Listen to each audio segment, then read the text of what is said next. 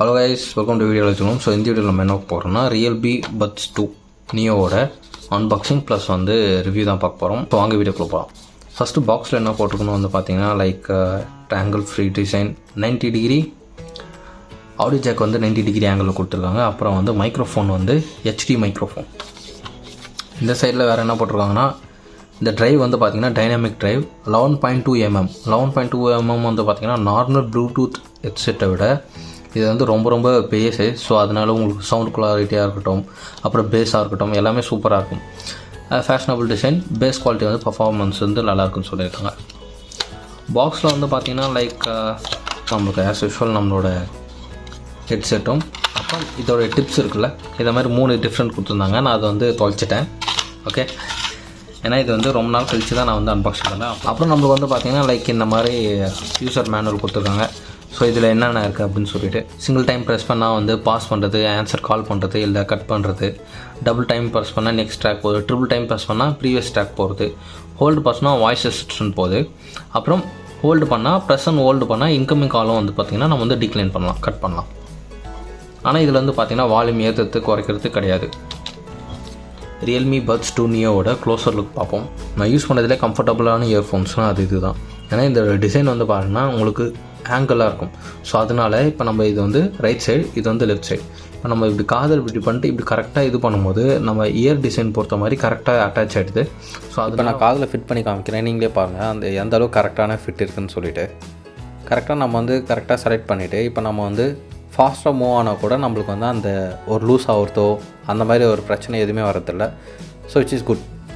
Long hours use பண்ணுறதுக்கு ரொம்ப கம்ஃபர்டபுளாக இருக்குது. அந்தளவுக்கு ஒரு இயர் பெயின் அந்த மாதிரிலாம் இல்லை. நான் கண்டினியூஸாக ஒரு 5 to 6 hours அதுக்கு மேலே யூஸ் பண்ணால் லைட்டாக பெயின் இருக்குது. ஆப்வியஸ்லி அதுக்கு மேலே எந்த ஒரு ஹெட்செட் யூஸ் பண்ணாலுமே, இயர்ஃபோன்ஸ் யூஸ் பண்ணாலுமே நமக்கு வந்து பெயின் இருக்கும். இதோட க்ளோஸர் டிசைன் வந்து பார்த்திங்கன்னா இந்த கேபிள் வந்து நார்மல் கேபிள் கிடையாது. நீங்கள் ஒத்து பார்த்தீங்கன்னா உங்களுக்கு தெரியும், அந்த இடத்துல சின்ன கோடு மாதிரி இருக்கும்ல, ஸோ அது வந்து ஃபுல்லாகவே இருக்குது இதே மாதிரி. ஸோ இது வந்து நம்மளோட லெஃப்ட் சைட், இது வந்து நம்மளோட ரைட் சைட். ஸோ இதில் நம்ம பாக்ஸில் பார்த்த மாதிரி தான் இந்த பக்கம் மைக், அப்புறம் இந்த பக்கம் ப்ரெஸ் பண்ணக்கூடிய பட்டன் கொடுத்துருக்காங்க.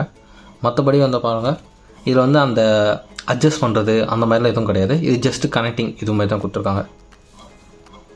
இதில் இன்னொரு விஷயம்னா இது வந்து டேங்கிளாக இருந்துச்சுனாலுமே நம்ம ஈஸியாக வந்து எடுத்து விட்டுடலாம். ஸோ அந்தளவுக்கு கம்ஃபர்டபுளாக இருக்குது. ஸோ அதே மாதிரி தான் இந்த கேபிளும் வந்து பாருங்கள் எல்லாம் ஸ்ட்ராங்காகவே இருக்குது. நார்மலான இருக்க கேபிளவே கம்பேர் பண்ணும்போது உங்களுக்கு தொடும்போது அந்த ஃபீல் உங்களுக்கு தெரியும். ப்ளஸ் இதில் என்ன ஒரு பெனிஃபிட்டை நான் பார்த்தேன்னா, நம்ம எப்போவுமே வந்து ஃபோன் இப்போ நம்ம ப்ளே பண்ணுறோன்னா இப்படி அட்டாச் பண்ணிவிட்டு இப்படி பிடிச்சிட்டு தானே பார்ப்போம்.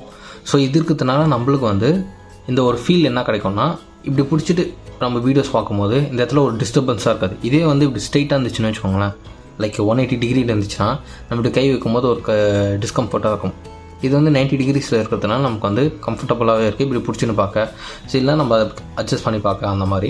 ஆனால் அதே நம்ம பாக்கெட்டில் வைக்க போகும்போது இன்கேஸ் நம்மளுக்கு நிறைய தேவையில்லைன்னா இப்படி சுற்றி வைக்கிறதுக்கும் யூஸ்ஃபுல்லாக இருக்குது. ஏன்னா இது வந்து பாயிண்டியாக இருந்துச்சுன்னா நம்ம பேக்கெட்டில் வைக்கும்போது அந்த ஒயரை மட்டும் பெண்ட் ஆகிற மாதிரி இருக்கும். ஸோ இது இந்த மாதிரி இருக்கிறதுனால இந்த ஒயரை வந்து பெண்ட் ஆகாமல் இருக்கிறதுனால ரொம்ப யூஸ்ஃபுல்லாகவே இருக்குது, ரொம்ப கம்ஃபர்டபுளாகவே இருக்குது நம்ம இதை வச்சுக்க. ஸோ இப்போ இது வந்து நம்ம டெஸ்ட் பண்ணி பார்க்க போகிறோம், ஆடியோ குவாலிட்டி எப்படி இருக்குது அப்படின்னு சொல்லிட்டு. நான் என்ன பண்ண போகிறேன்னா, இந்த மைக்கில் வந்து இப்போ அதை வந்து செக் பண்ணி பார்ப்போம்.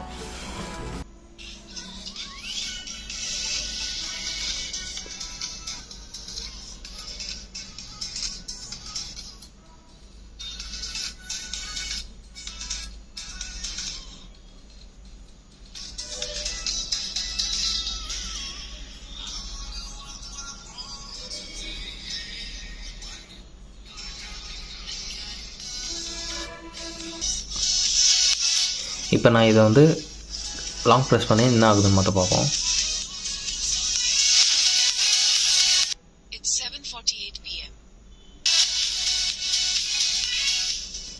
ஓகே, இப்போ நமக்கு நெக்ஸ்ட் வந்து பார்த்தீங்கன்னா கால் குவாலிட்டி எப்படி இருக்குன்னு சொல்லி பார்ப்போம். சரி, இப்போ ரெக்கார்ட் ஆகுது. சரி, அப்படி ரெக்கார்ட் பண்ணி போடலாம் மைக் குவாலிட்டி எப்படி இருக்குன்னு சொல்லிட்டு. ஓ, இப்போ போடுறது இப்போ பேசுறது யூடியூப்ல போடுறியாமா? ஆமாம்.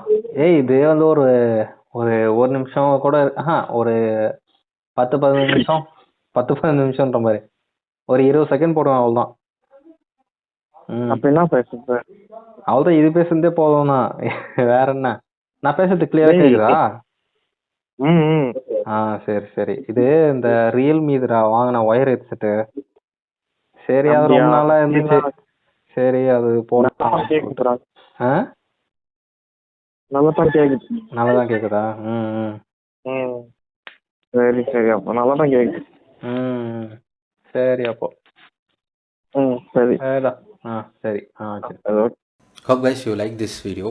அப்புறம் இன்னொரு டீட்டெயில் சொல்லணும்னா, நான் இந்த பட்ஸ் யூஸ் பண்ணி தான், ரியல்மி பட்ஸ் யூஸ் பண்ணி தான் நான் வந்து ப்ளே ஸ்டேஷனே ப்ளே பண்ணும்போது யூஸ் பண்ணுவேன். லைக் என்னோடய சவுண்ட் பார் அந்தளவுக்கு குவாலிட்டி இல்லை. அதே சமயம் இது வந்து அன்வான்ட் நாய்ஸாக ரிமூவ் பண்ணிடும். அப்புறம் கேம்ஸ் கண்ட்ரோல் நல்லா கிளியராக கேட்குது, கம்ஃபர்டபுளாகவும் இருக்குது. So I recommend to buy this Realme if you like wired ஹெட்செட்னா. ஓகே கைஸ், பாய்.